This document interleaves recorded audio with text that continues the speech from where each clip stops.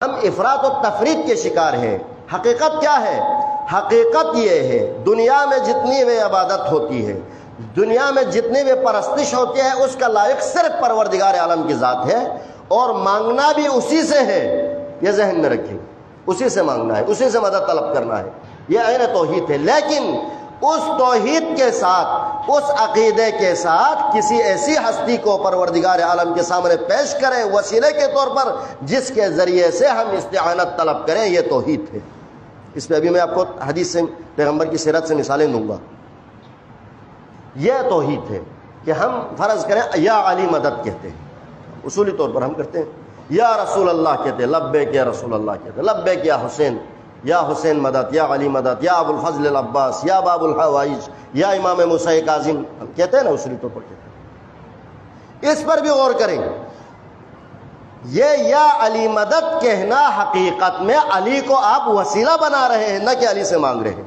یہ ذہن میں رکھیں، کیونکہ اس سے خود علی نے ہمیں منع کیا ہوا ہے کہ کسی غیر اللہ سے سیدھا مستقیم مدد طلب کرنا درست نہیں ہے، یا ائمہ کی سیرت نہیں ہے۔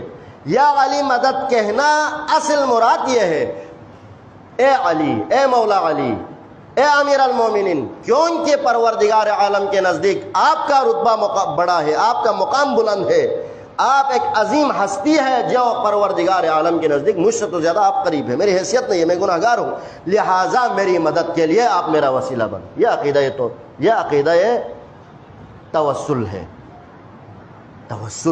توسل سے مراد یہ نہیں کہ میں سیدھا جا کے مثلا میں امیر کبیر سے سیدھا مانگوں، میں شاہ سید محمد نور بخش سے مانگوں، یا جو ابھی ہمارے یہاں پاکستان میں جتنے بھی اولیاء کے مزارات ہیں، جیسے سید علی حجویری، داتا گنج بخش ہے، یا دیگر جو مزارات ہیں، ان ہستیوں کو ہم وسیلہ قرار دیتے، اور یہ وسیلہ قرار دینا پیغمبر کی سیرت سے ثابت ہے۔ میں ابھی آپ کی خدمت میں مثال بیان کرتا ہوں۔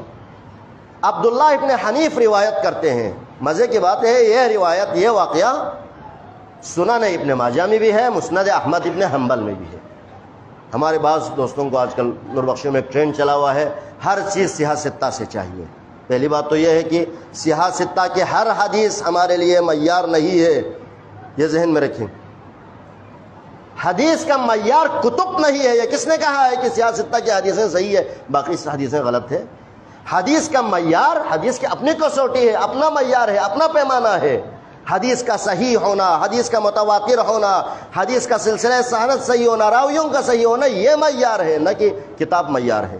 آپ کو بخاری میں بھی ضعیف حدیث ملے گی۔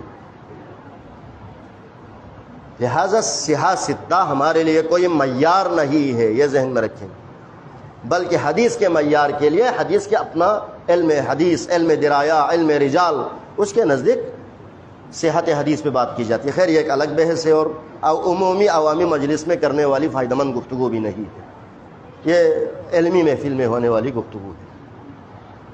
لیکن مزے کی بات یہ ہے، جو روایت، جو واقعہ میں ابھی آپ کی خدمت میں عرض کروں گا، یہ سنن ابن ماجہ میں بھی ہے، جو صحیح ستہ میں سے ہے، اور مسند احمد ابن حنبل میں بھی ہے، جو امام احمد ابن حنبل کی تصنیف ہے، ان کی کتاب ہے المسند، اس میں بھی یہ روایت موجود ہے۔ عبداللہ ابن حنیف کہتے ہیں ایک شخص پیغمبر کے پاس آیا، اور مزے کی بات، اس حدیث کو جناب ڈاکٹر طاہر القادری صاحب نے بھی اپنی کتاب میں نقل کیا ہوا، اس واقعے کو، وہ توسل اور شفاعت والی کتاب میں انہوں نے بھی اس میں اس روایت کو نقل کیا ہے۔ ایک شخص آیا، نابینا تھا، اس کی بینائی چلی گئی تھی، ہم نہیں کہتے اندھا، یعنی نظر نہیں آتا تھا۔ وہ آیا، اس نے پیغمبر سے عرض کیا، یا رسول اللہ کوئی دعا فرمائے، میری آنکھ ٹھیک ہو جائے، مجھے دیکھنے کے میں قابل ہو جاؤں۔ پیغمبر نے اس کو ایک دعا کا حکم دیا، دعا پڑھوایا، اس میں اس دعا کا مفہوم یہ ہے، میں پوری دعا نقل نہیں کروں گا، دعا کا مفہوم یہ ہے، پروردگار عالم تیرے نبی کا واسطہ کہ تو میری بینائی ٹھیک کر، میری بینائی واپس کر۔ اور اس کی بینائی ٹھیک ہو گئی، اس کی آنکھ ٹھیک ہو گئی، اس کو نظر آنے لگا۔